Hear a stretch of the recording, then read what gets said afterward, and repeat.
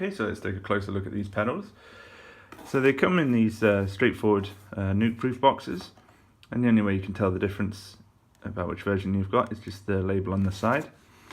So I've got the CL, or the large cage, and the CS, or the small cage. So I'll start with the CS.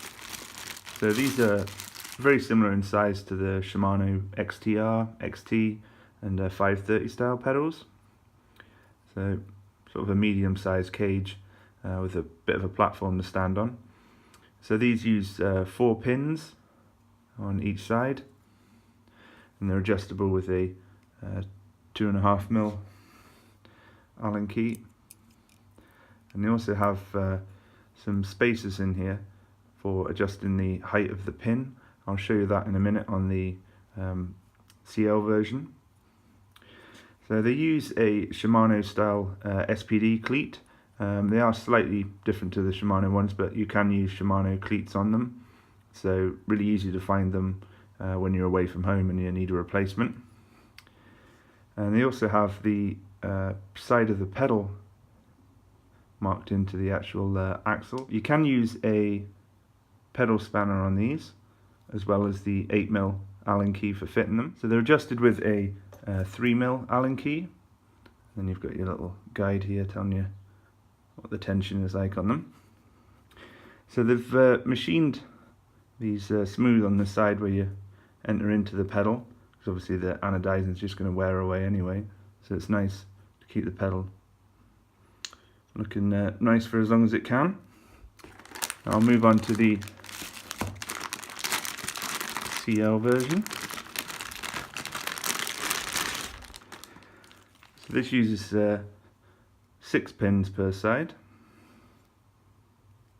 Again, they're adjustable with the spacers, and it's the same mechanism. And you can get rebuild kits for these really cheaply, so you can get the bushings, the seals, and the bearings for replacing it. So I'll show you how these pins work. So just use your 2.5mm Allen key to undo the pin, and then in here you've got a couple of different spacers. These are just little metal spacers. So you can then just add one in. So there you go, you've got the 3 different heights of the pin, depending on how much contact you want it to make with your shoe. So I'll show you in comparison with a set of mallet pedals, just for a visual comparison. So this is the mallet ELS version, so the long spindle. You can see it's quite a bit larger with the CL version, and the CS version is going to be similar sort of size. Obviously slightly thinner. So just do a quick check of the weight. So I've got the CL version, 260, so 525 for the pair, and the CS 436 for the pair. So I just wanted to talk about the mechanism on these pedals. So they're spring-loaded on both sides of the mechanism, which means that when you're clipping in and clipping out, both sides will move, which makes it easier to get in and out. Very similar to how the Crank Brothers and HD Components ones work, as opposed to the Shimano ones, which are fixed at the front, which means that it's slightly easier to get in and out of the pedals themselves. So finally, I just want to talk about the cleats. So this is the standard cleat that comes with the pedal, which is a 4 degrees cleat. They also do an 8 degrees cleat.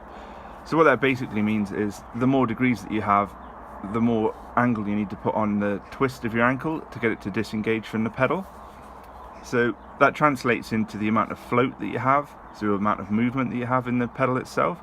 And some people prefer the movement of the Crank Brothers, for example, which are slightly more float on them, so you can move your foot around on the pedal a bit more. And some people prefer the Shimano ones, which are slightly stiffer and more fixed in place. Shimano obviously do a different cleat as well, but generally that's the rule.